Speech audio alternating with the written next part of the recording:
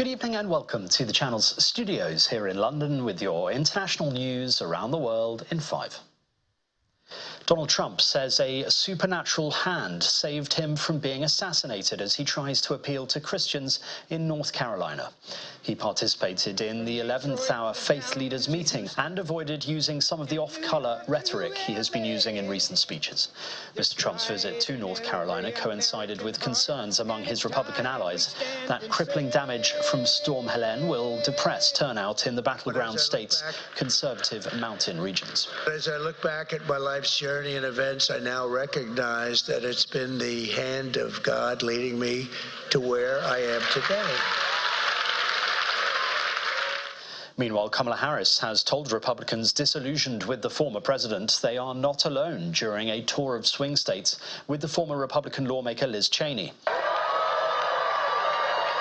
Ms. Harris added that she has seen Republicans who have approached Cheney and thanked her for speaking out against the former president, even if they never say anything publicly. I've seen a lot of Republicans, I've seen it, and I know it happens, who thank her constantly. I know it. Yeah. I know it. They're going to vote the right way on November 5th. They might not be public about it, but they'll do what they know is right.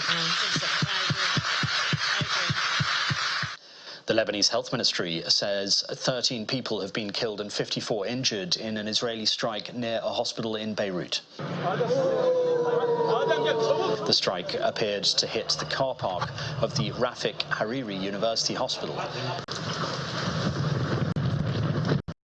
Meanwhile, smoke was seen going out over the coastal city of Tyre following explosions. Israel's campaign in Lebanon has so far driven 1.2 million people from their homes. Meanwhile, the head of the UN Agency for Palestinian Refugees says Israel is continuing to prevent humanitarian missions from reaching northern Gaza with critical supplies, including food and medicine.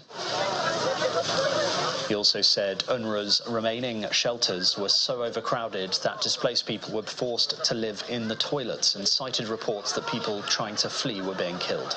The Israeli military has been intensifying a weeks-long offensive in parts of northern Gaza against what it said were Hamas fighters who had regrouped there.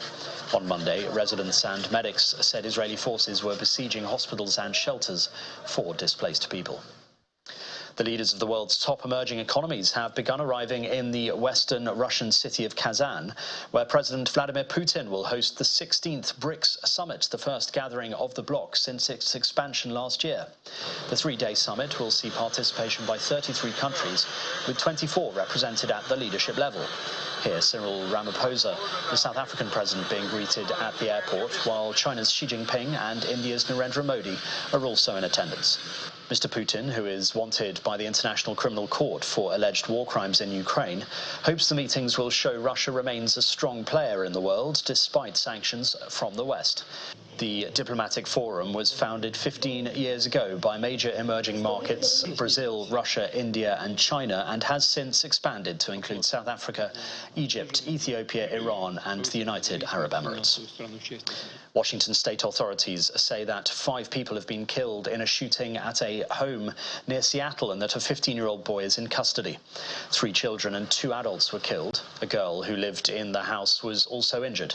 Sheriff's Department spokesperson told reporters at the scene that the suspect was taken into custody by the deputies without incident.